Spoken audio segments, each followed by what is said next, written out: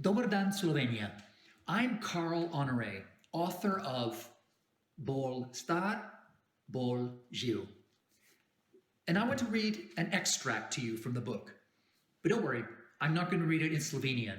I'm going to go back to the original English edition. And I'm going to read two short bits that link together, and they're connected to the whole idea of the image, the perception that we have of aging, especially in the media.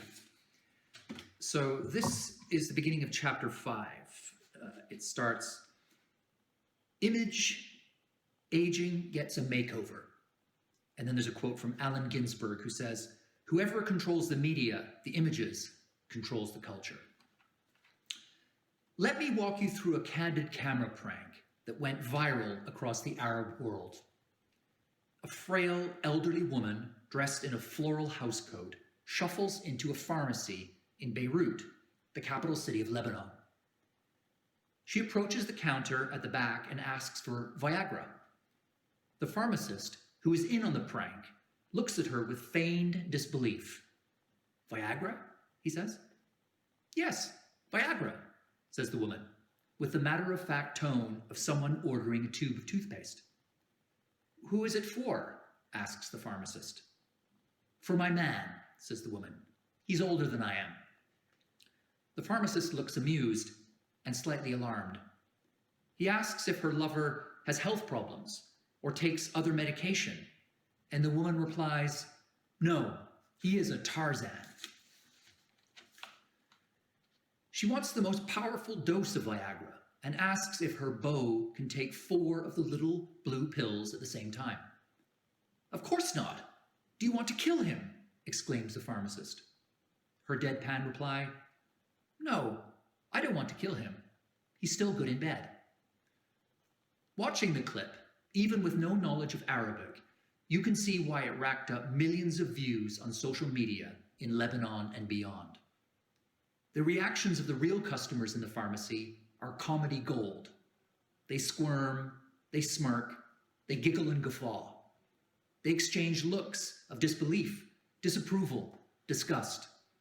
One squeezes his eyes tightly shut as if trying to erase from his mind the image of octogenarians indulging in chemically enhanced sex. Another crosses herself and mutters, may God help us all. When the elderly woman asks a young man if Viagra really is all it's cracked up to be, he dissolves into laughter. How would I know, he says. I'm 20 years old.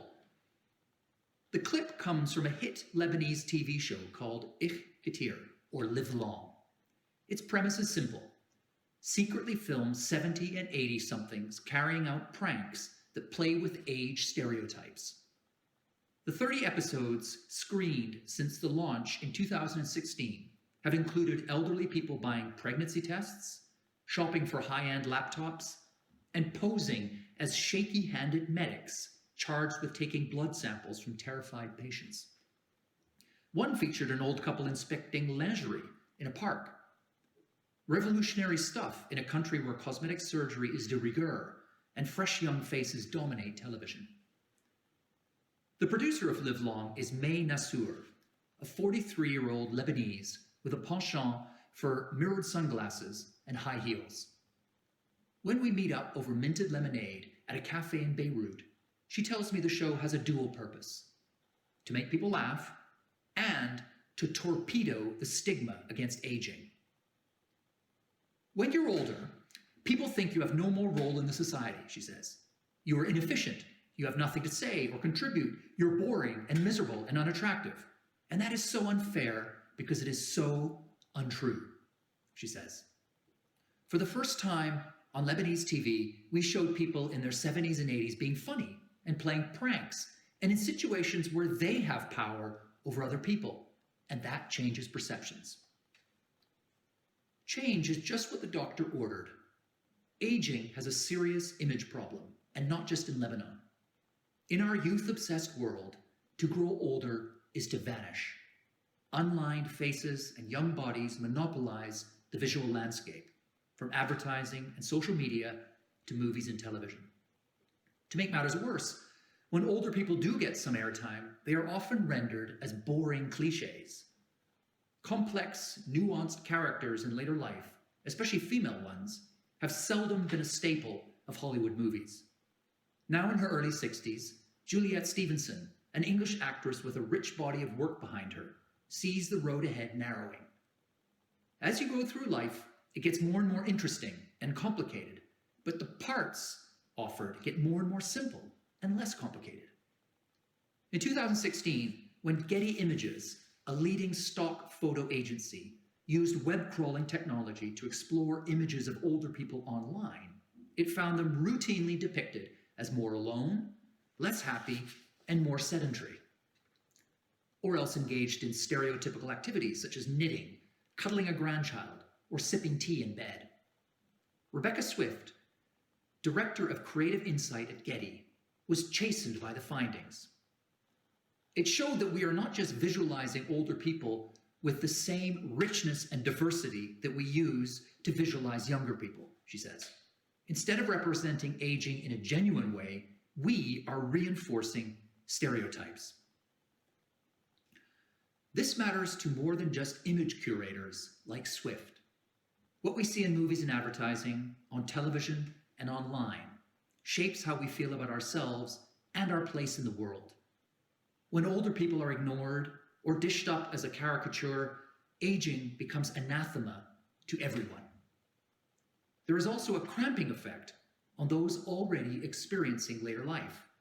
If you routinely witness your generation reduced to narrow, unappetizing stereotypes, your inclination to age boldly wanes. Bungee jumping, starting a new business, falling in love, backpacking around Asia, even just being happy. Anything that fails to fit the older person's script feels like less of an option. So now for the second part of this reading, I'm jumping to the end of the chapter, where I meet up with the woman who starred in that Viagra prank on TV. I met up with her in Beirut, and this is how it unspooled. Live Long, the TV show, has given aging a better name in Lebanon. After 2 hit seasons, the cast are now so famous they struggle to prank the public without being recognized. People come up all the time wanting an autograph or a selfie, says Nasur. Many fans tell them the show has changed how they feel about aging. To tap that shift, brands are scouring Lebanon in search of older models to feature in their advertising, and Lebanese production companies are hunting for seniors to front TV shows in genres ranging from comedy to cooking.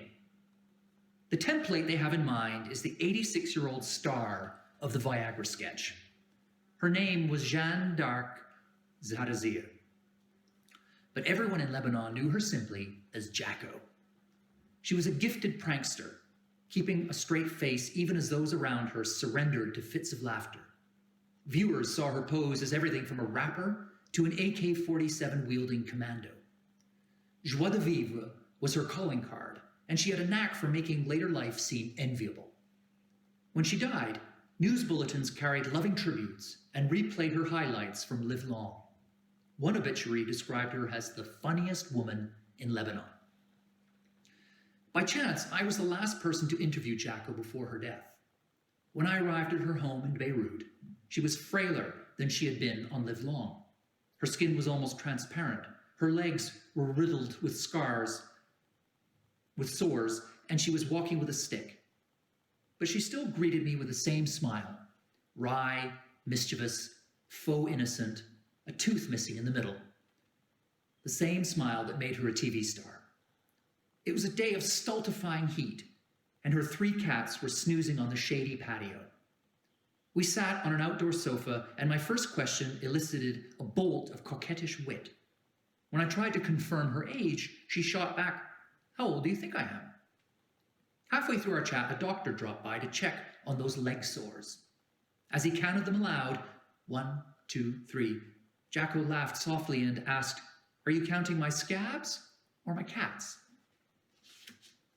Jacko found TV stardom in her 80s after an unremarkable life. Apart from a brief stint working as a lady-in-waiting to the wife of a Lebanese president in the early 60s, she earned her keep by renting out the top floor of her house. No marriage, no children, no career. Yet the seeds of live long were always there. Throughout her life, Jacko refused to be boxed in by age. I've never thought about whether I was young or old, she told me. I have been content my whole life because I have just made the most of whatever age I was at the time. That message resonated beyond the small screen. Throughout her brief TV career, fan mail poured in from across the Arab world. A young woman in Tripoli, a city in northern Lebanon, wrote, "You have inspired me to stop worrying about my age. I'm going to enjoy growing older now. Thank you." When I asked Jacko, whose real name translates as Joan of Arc, if she was a role model, an ironic smile crept across her face. "If I am, then it's only by accident," she said. Either way, she clearly understood the toxic grip of ageism and the power of shows like Live Long to loosen it. When you only ever see the young living life to the full, then you suspect that growing older must be awful, she said. And if you suspect growing older is awful, then it will be awful, she told me. We did a good thing by showing another way to age. And then just to finish off, I'll read my last bit with Jacko at the end. What made Jacko so compelling was that she never stopped laughing. She made the most of aging by embracing its many upsides while accepting the drawbacks with equanimity and her trademark wit. Even the Shakespearean decline of the final lap failed to dim her lightness of spirit. The human body can be a sorry sight at the end of life, and seeing Jacko's up close and personal shook me more than I expected. Even as I relished her company, I felt unnerved, even repelled by her physical state. Towards the end of our meeting, Jacko caught me peeking at a scab on her skin. She held my gaze, her expression tender, forgiving. She laid a hand on mine. "It happens, aging. C'est la vie.